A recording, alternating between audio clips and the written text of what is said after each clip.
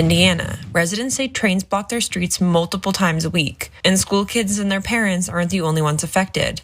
These trains are also blocking ambulances and fire trucks from reaching emergencies. So the trains are blocking intersections for long periods of time, and you see this young person trying to get over there.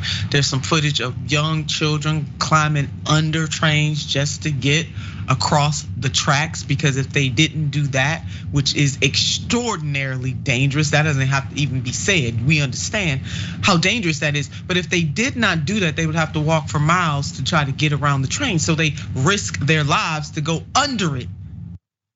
Jeez, and we haven't even heard from the Secretary of Transportation, right?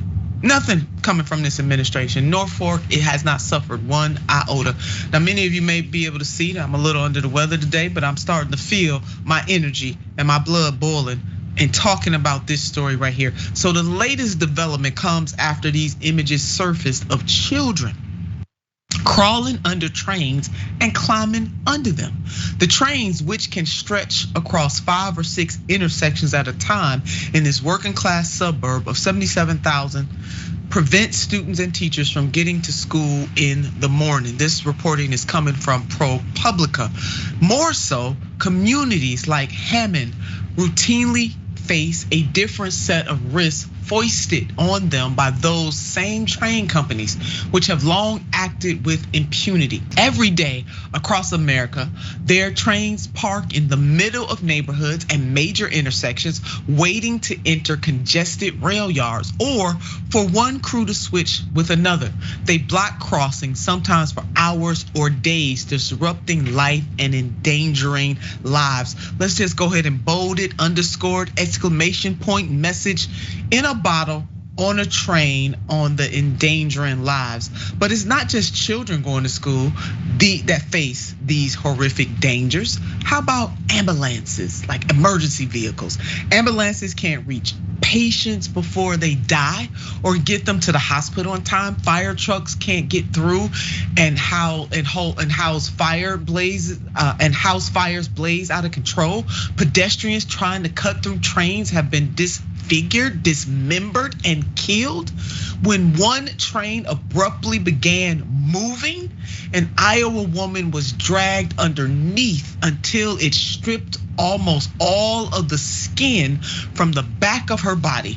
A Pennsylvania teenager lost her leg hopping between rail cars as she rushed home to get ready for prom. Now, this investigation sheds national light on this situation. So kudos to all of the journalists who are covering these types of stories and bringing them to life. The massive investigation comes from ProPublica and Investigate TV. Thank you both so much. Within 48 hours of an investigation about children having to crawl under parked trains to get to school in an Indiana suburb, residents packed a public meeting to demand solutions. The Federal Rail Administration issued a safety advisory. A bipartisan group of Indiana lawmakers sent a letter to the US Department of Transportation pleading for change. And Norfolk CEO Alan Shaw got involved. Again, journalists doing the job of government. Now, obviously, Norfolk chimed in. They had to say something. This is what they said. A company spokesperson previously attributed the block crossing problems to the city's location near the busy train hub of Chicago, and to the fact that it sits between 2 major rail intersections that must remain open. Moving the train forward or backward to clear Hammond streets would cut off the path for other trains, which could belong to other companies. So we see from their comments what matters most to them, the other companies, and not the people who are being endangered in this. Bennie, very disappointed here.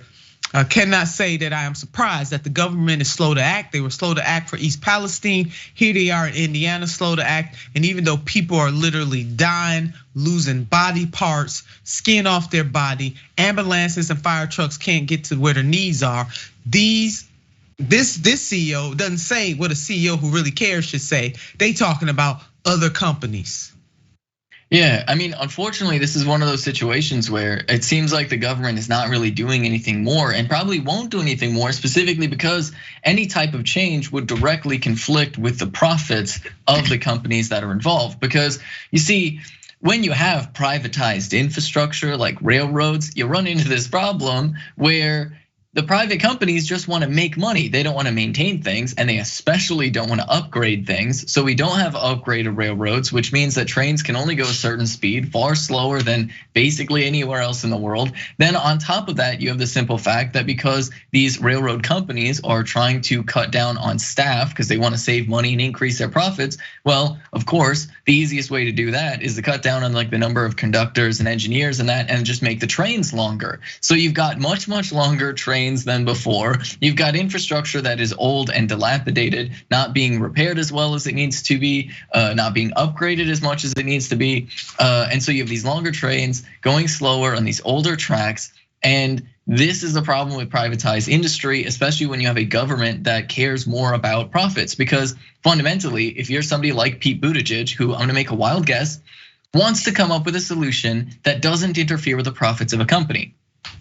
There is no such solution, right? Fundamentally, there is no such solution that is not going to interfere with the high profit margins that they're currently operating at. And this is why, like most rational and reasonable countries have some form of nationalized rail system where it is treated as public infrastructure, because that is just what literally makes sense, so that you can have high speed rails, so you can have strict regulations to keep the trains a certain length, and so they can't block the roads and things like that. But no, of course, in the United States, it's profits above everything else, even the literal safety of children. Yeah, I mean, Bennie, and this is just a clear example that anybody who's reasonable can understand it. And you're right about the Secretary of Transportation, because he is missing in action on this. Now, while McDermott declined to provide details about the 15-minute Thursday call, he said he hopes to have good news over the next month or two. I've been screaming from the rooftops for a long time, he said, and it took that article to get people's attention. Again, thank you, ProPublica. However, on the same day last week, the rail administration issued a safety advisory on blocking crossings. So the reporting and the exposure did work, but will Norfolk Southern be held accountable? Inquiring minds want to know that. It remains to be seen. So far, Norfolk Southern has not been held accountable, and it really is a sin and a shame that they are able to get away with this. And the point that Bennie was making about nationalize the rail system, it's time to do it, because they're already using the public thoroughfares anyway.